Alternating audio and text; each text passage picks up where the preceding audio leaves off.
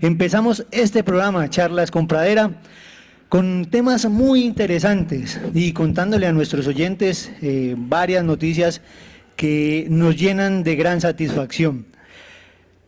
La próxima semana, el lunes, estaremos repartiendo a toda la comunidad de Pradera la segunda edición del periódico Charlas con Pradera, que tiene temas muy interesantes y de actualidad, como es la revocatoria que están promoviendo en varias ciudades del país, como el que haya pasado un año de pandemia. ¿Y qué es lo que ha pasado? ¿Qué es lo que hemos aprendido en este año que ha transcurrido de pandemia? Voz Populi, preguntándole a las personas qué piensan acerca de la revocatoria del mandato, a cosechar agua en un artículo en la sección de charlas con Pradera de Mi Huerta Familiar, y la columnista invitada, que es habitual que nos acompañe en charlas con Pradera, que es Teresa Consuelo, y que nos acompaña con un artículo muy especial acerca del feminismo. Bienvenidos nuevamente a este programa Charlas con Pradera. El día de hoy tenemos un programa muy especial que esperamos que sea de agrado para todos ustedes, que sacan un espacio y nos ayudan y nos permiten llegar a todas sus casas con comentarios de diversa índole. Hoy tenemos en la sección de Mi Huerta Familiar precisamente ese artículo que sale en la segunda edición de Charlas con Pradera, es A cosechar agua. Juan Carlos nos va a contar un poco acerca de qué fue lo que quiso escribir en ese artículo y cuál es realmente su origen. En cápsulas de reflexión tenemos una reflexión muy importante y que realmente es muy complicado de abordar y esperamos poderlo hacer de la mejor manera posible. Y vamos a hablar acerca de los derechos humanos, cómo surgió, cuáles son las generaciones de derechos humanos, porque se dividen en varias generaciones. Así que bienvenidos, esperamos que disfruten de este programa Charlas con Pradera.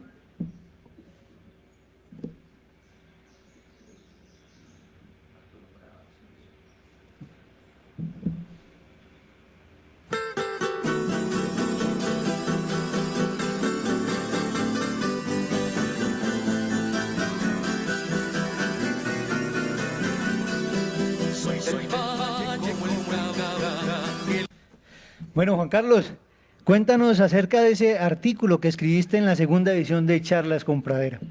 Bueno, primero que todo, buen día John, buen día a nuestra audiencia, a Jairo por supuesto en la mesa de trabajo, a Fernando Gallo que nos apoya en la parte técnica de esta emisión de su programa Charlas con Pradera.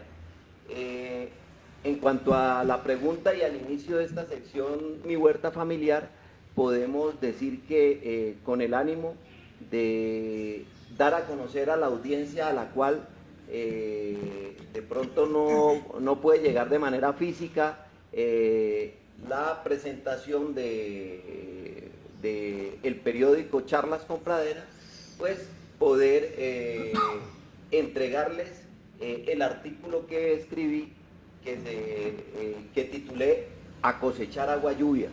Entonces, de una experiencia en el desarrollo de la iniciativa Mi Huerta Familiar, que cuento a partir de este artículo.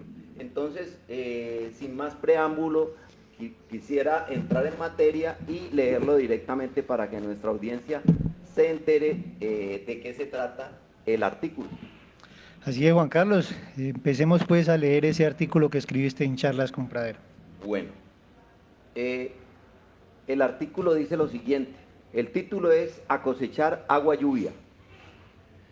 La pandemia del COVID-19, que ha evidenciado las carencias que tenemos los habitantes de los municipios a la hora de alimentarnos sin arriesgarnos a contraer la enfermedad, ha visibilizado también la necesidad inaplazable de que todos tengamos una huerta casera, que nos ayude a soportar los difíciles momentos de la supervivencia. Por eso empiezan a proliferar experiencias en varios municipios de Colombia, entre ellos Pradera, con la iniciativa Mi Huerta Familiar.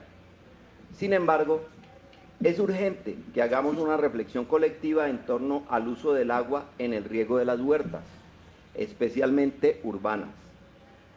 Sabemos que normalmente tomamos agua potable para el riego, porque es la que tenemos a mano, pero debemos ser cuidadosos porque iniciativas como esta pueden ser o deben ser integrales.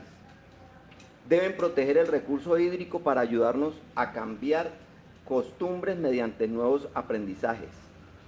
Según mi experiencia tomada de la bitácora que responsablemente llevo de mi huerta, un cultivo de 20 metros cuadrados necesita de 24 litros de agua.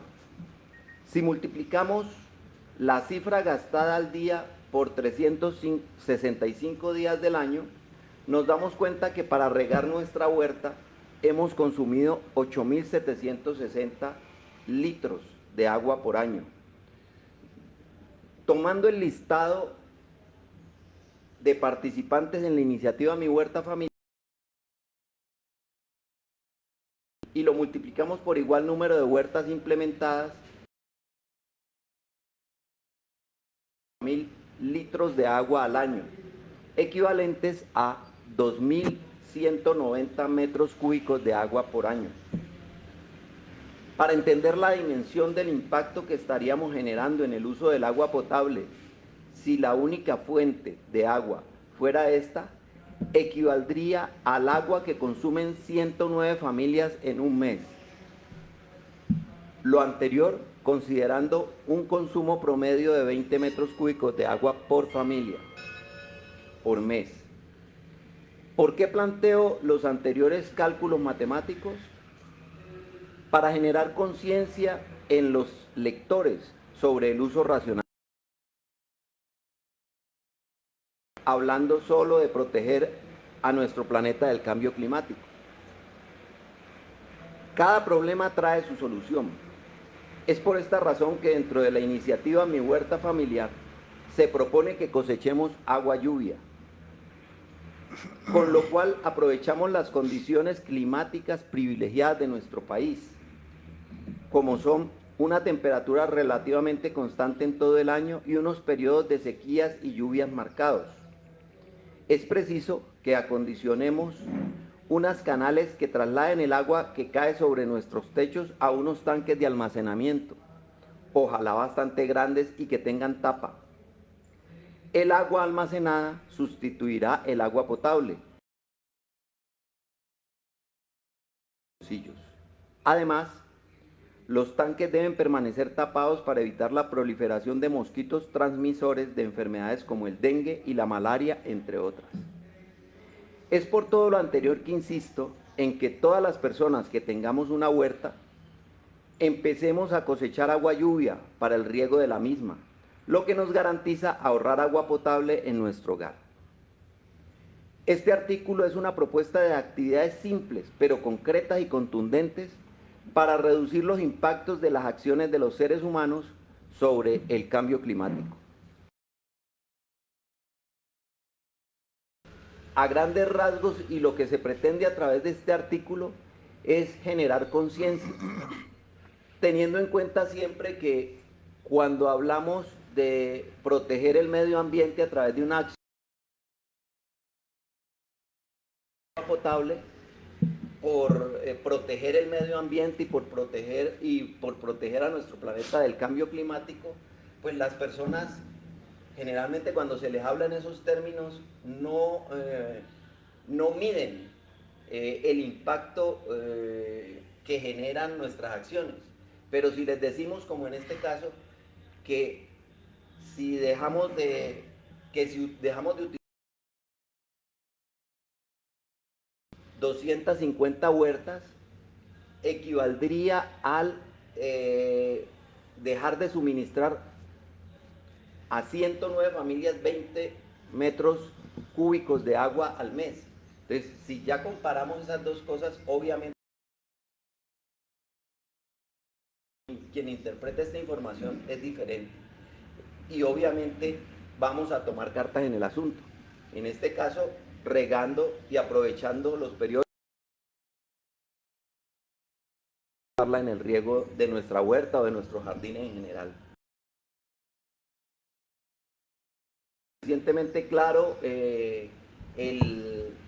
la esencia del artículo y lo que pretendemos a través de la escritura o la redacción de este artículo, y damos paso precisamente a la siguiente sección de nuestro programa Charlas con Pradera. John.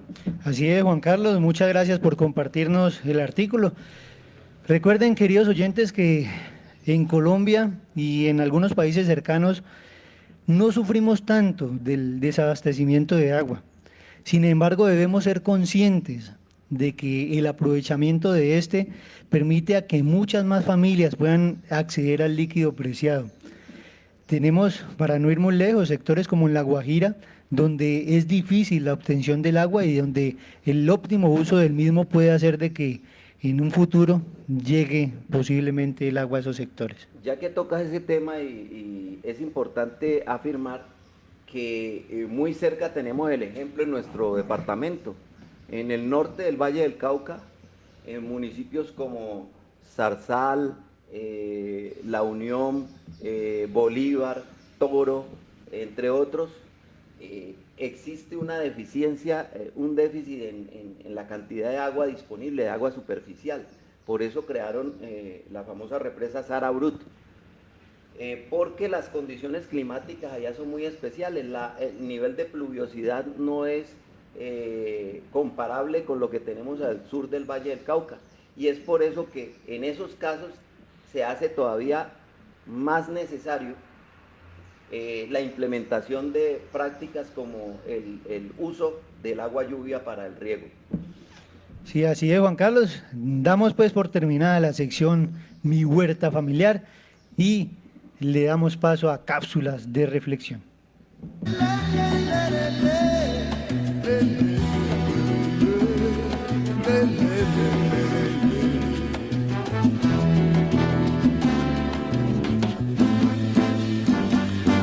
Bueno, así es, seguimos en este programa Charlas con Pradera de los sábados a las 7 de la mañana.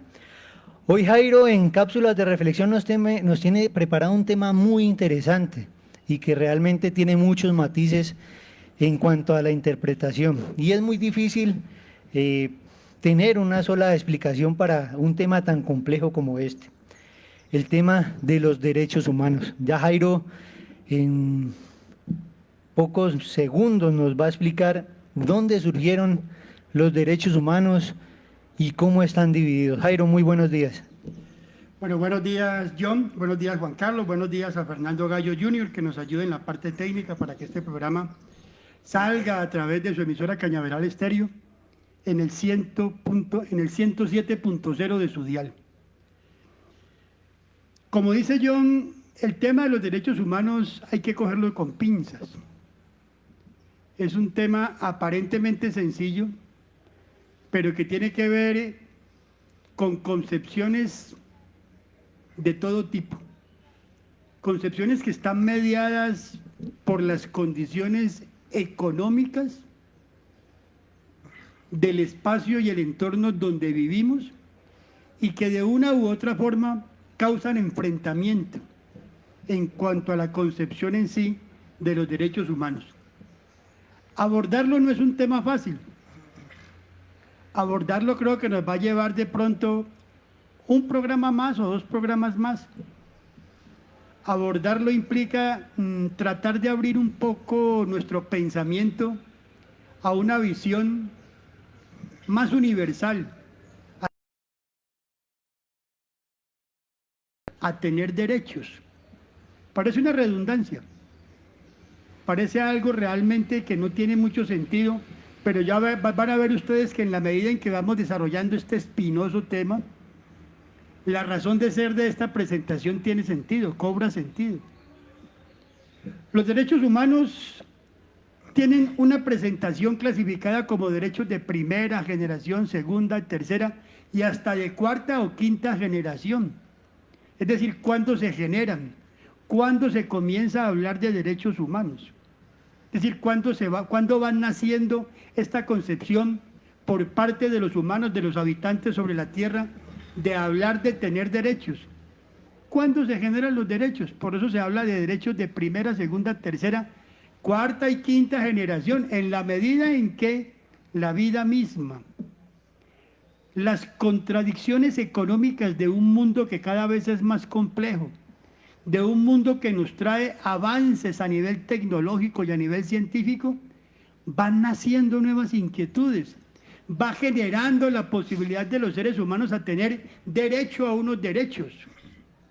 Por lo tanto, el tema de los derechos humanos es un tema bastante complejo que está mediado y está condicionado a visiones políticas, visiones que a la vez están condicionadas por el espacio vital o el espacio donde se desarrollan esas contradicciones. Dicho esto, que parece algo realmente difícil de acceder, pues vamos a tratar de explicar de qué es que estamos hablando. Se comenzó a hablar de derechos humanos a partir del siglo XVII y finales del siglo XVIII. ¿Por qué hablamos de estos dos siglos? Porque fueron los dos últimos siglos, fueron en esos siglos donde el desarrollo de la ciencia, el desarrollo del pensamiento se vio altamente complejizado. Es decir, comenzó a surgir en la mente de las gentes, de los habitantes sobre la tierra, una concepción que le permitía a los seres humanos reclamar un espacio que estaba de todas maneras comprometido en ese sentido. Hablar de tener derechos, porque el modelo económico, las relaciones de producción en las cuales se movían estos seres humanos, les hacía sentir que su vida no era de la mejor calidad, que su vida realmente estaba siendo asaltada por otros personajes que vivían de una forma mucho mejor que la gran mayoría del pueblo. Esa es una visión inicial para poder abordar el tema de estos derechos humanos. Pero fíjense ustedes que aquí comienza a complejizarse el problema. ¿Dónde surge entonces esa idea de abordar el tener derecho a los derechos? Surge en Europa.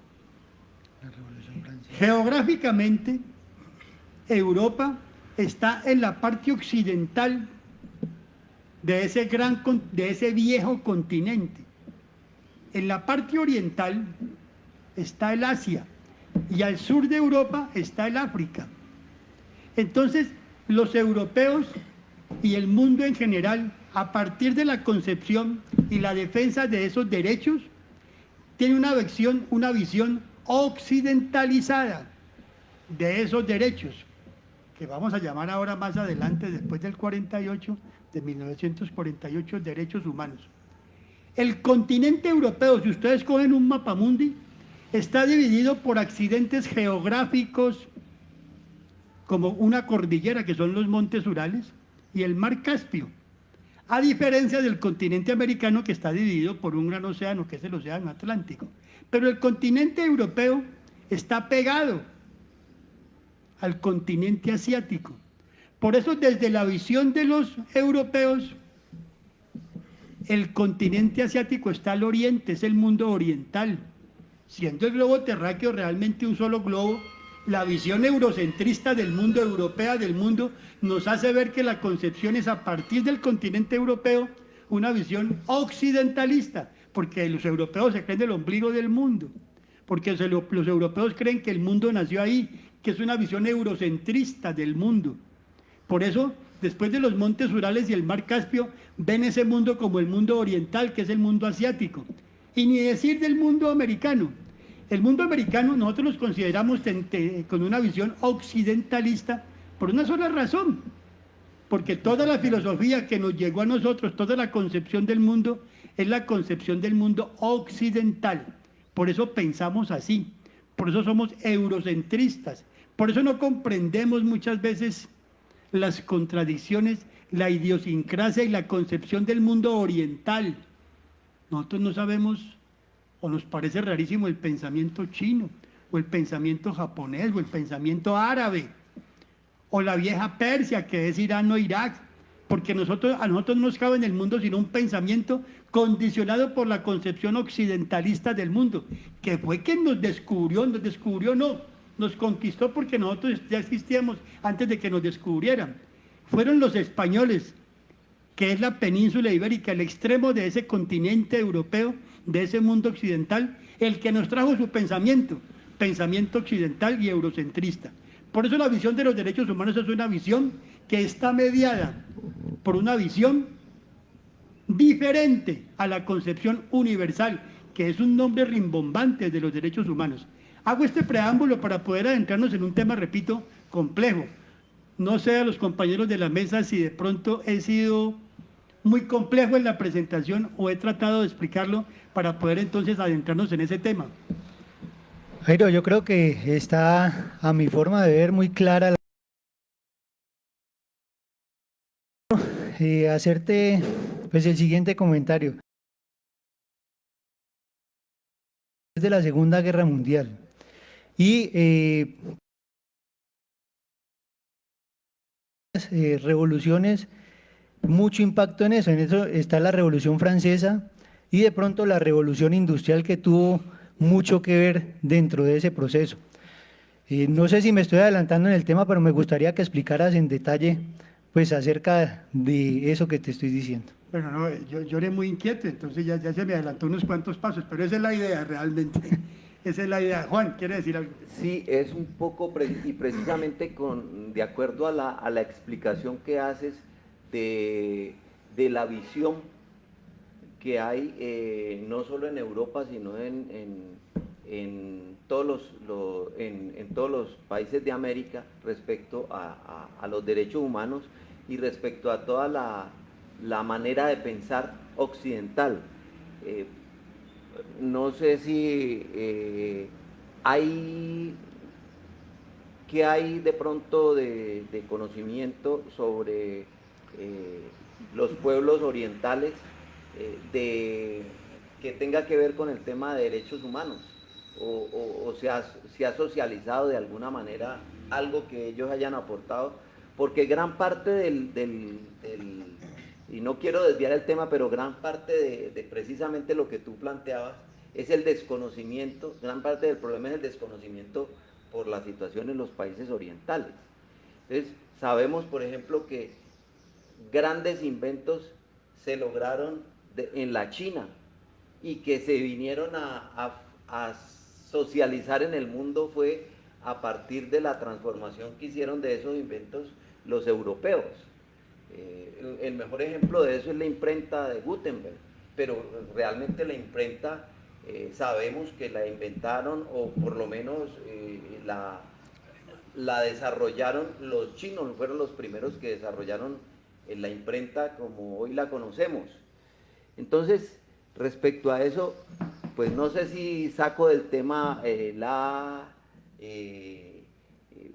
digamos, con mi pregunta, pero pues quisiera saber si hay alguna propuesta de parte de estos países ubicados en el hemisferio oriental respecto a derechos humanos.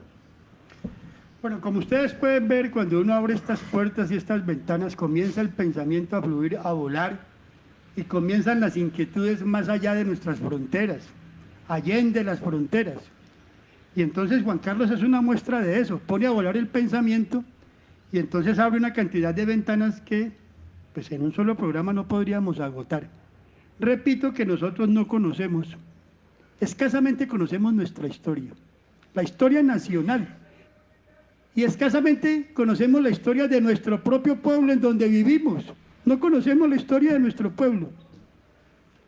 Conocemos y tenemos algunas pinceladas a través de los medios de comunicación y ese volar del pensamiento a través de estos medios ágiles de hoy en día, de imaginarnos o tratar de imaginarnos cómo es la India, cómo es la cultura tailandesa, cómo será la cultura australiana o de Nueva Zelanda, cómo será la cultura en Myanmar, que es la antigua Bulgaria, cómo será la cultura japonesa, que la vemos a través de películas con El Último Samurái, pero no nos alcanzamos a imaginar cómo es la cultura persa o en Irak, cómo será esa vaina de los ayatolas. Es decir, no tenemos ni la más remota idea realmente de manera concreta, porque no conocemos nuestra historia y, como dice Juan Carlos, Realmente poner a volar el pensamiento es válido. Todo eso lo digo para que ustedes vean cómo el asalto del pensamiento, de la concepción de los derechos, como vamos a ir adentrándonos, está mediado por una base económica, por unas relaciones de producción, por una forma de vivir, por unas fuerzas que producen, que van formando en nuestro pensamiento una visión del mundo, una cosmovisión. Por eso el tema de los derechos humanos no es un tema en línea recta, sino que los derechos humanos, como vamos a ver, que nacieron, como dicen John, de manera oficial, en 1948, el 10 de diciembre de 1948, en una Asamblea General de las Naciones Unidas, es una visión occidental, pero que realmente es un esfuerzo por rescatar de alguna forma el derecho a tener derechos. Estoy haciendo este preámbulo simplemente para salvaguardar algunas contradicciones que vamos a encontrar y que pretendo poner a la orden del día desde una visión dialéctica. Dialéctica no es una visión lineal, rectilínea, dogmática, del pensamiento que no se puede contradecir, sino que contrapongo diferentes visiones contradictorias de unidad de contrarios que permiten la discusión con una visión integral, científica, para que el movimiento de los derechos humanos sea realmente el que genere la posibilidad de que esos derechos humanos avancen. Cuando digo que es una visión occidental y que se comenzaron a agitar, John, desde el siglo XVII y finales del siglo XVIII, hablo de finales del siglo XVIII, es porque en 1789, que es el siglo XVIII, triunfa la Revolución Francesa. ¿Por qué se da la Revolución Francesa y por qué voy a hacer esta antesala de la Revolución Francesa? Porque allí, en Francia, se agitaba realmente el centro social de las contradicciones europeas, en el reino galo, en Germania, que es el reino alemán, entre los bretones. En Francia se agitaba el reparto del mundo entre los soberanos y monarcas, por el reparto del mundo casándose entre ellos, para repartirse el continente europeo y el mundo.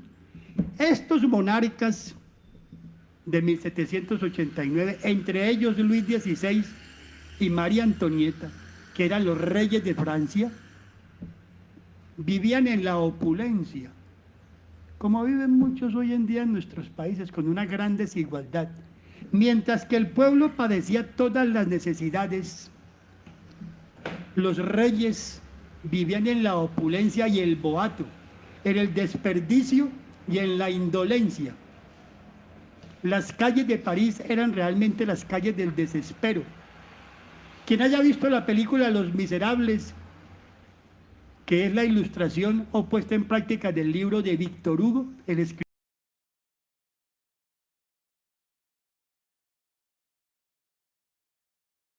que se vive en muchos lugares del mundo en este momento, pero no es el tema en este momento el que estamos tratando.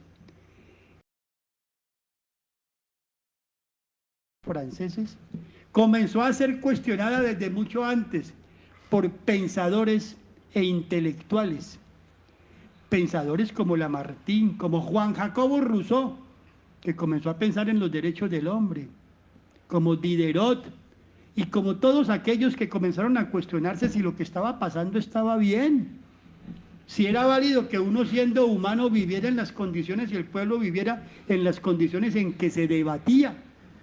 Y en esa Francia, en esa Europa feudal de los monarcas, con grandes extensiones de terreno, donde los títulos nobiliarios de los marqueses y los condes, que eran en el fondo mayordomos y letrados analfabetas que en la guerra se habían adueñado de vastos territorios de esa vieja Europa, era posible que estos iletrados, que estos conquistadores de vidas poseyeran lo que poseían y el pueblo se muriera en la miseria. Estos pensadores comenzaron a tener la posibilidad, ¿a través de qué? A través de popularizar el pensamiento. ¿El pensamiento a través de qué?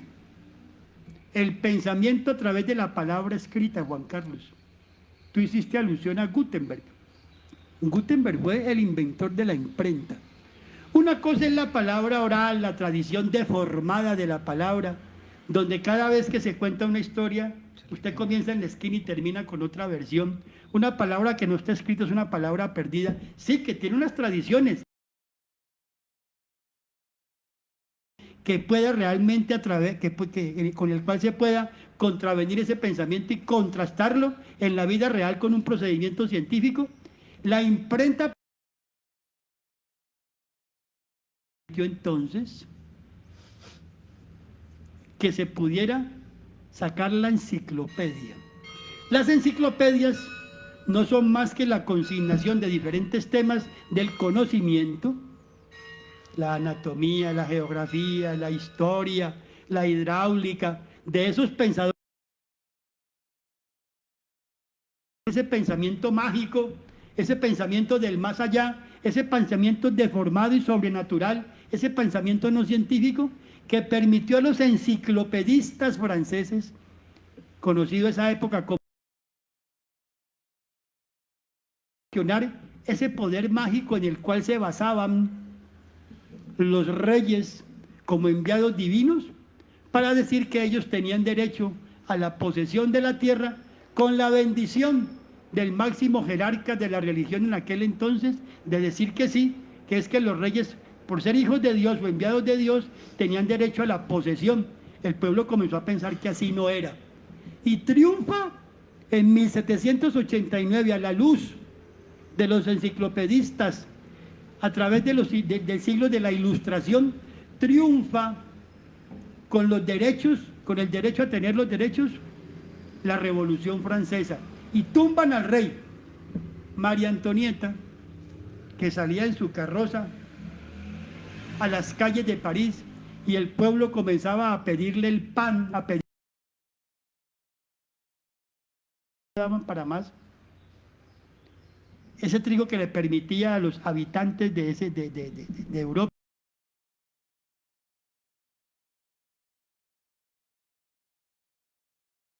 para poder comer por parte del pueblo, pero no había trigo. Y en su indolencia, María Antonieta, como no había trigo, le decía: falta de pan, buenas son tortas. Es para ilustrar realmente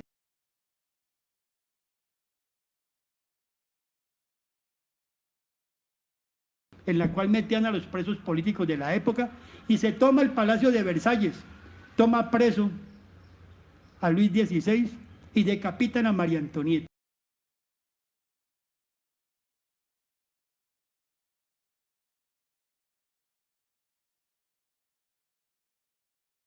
La rebeldía y la concepción de los derechos humanos sin todavía llegar.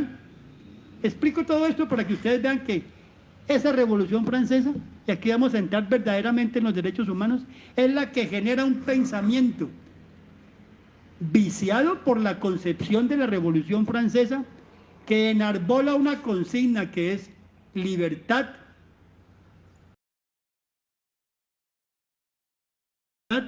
e igualdad. Esa es la consigna equivocada desde nuestra perspectiva, y ahora miramos por qué.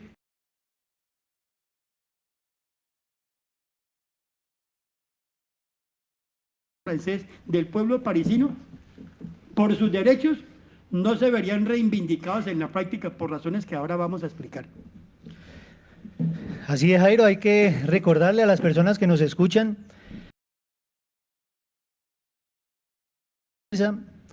muchas de las personas vivían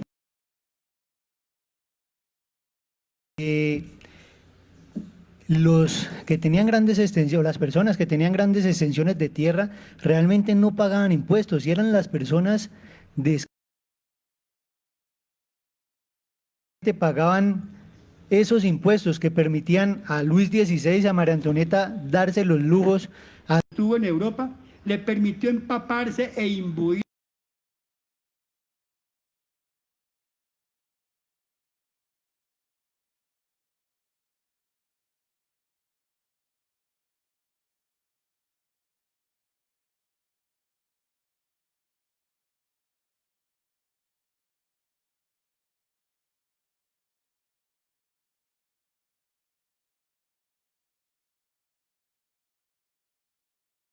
y podamos centrarnos en el tema que tiene que ver con la generación.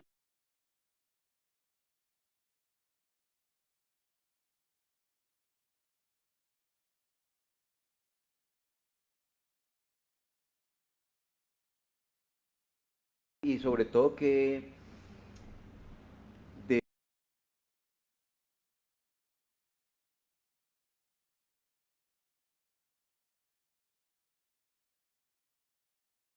por medio. A veces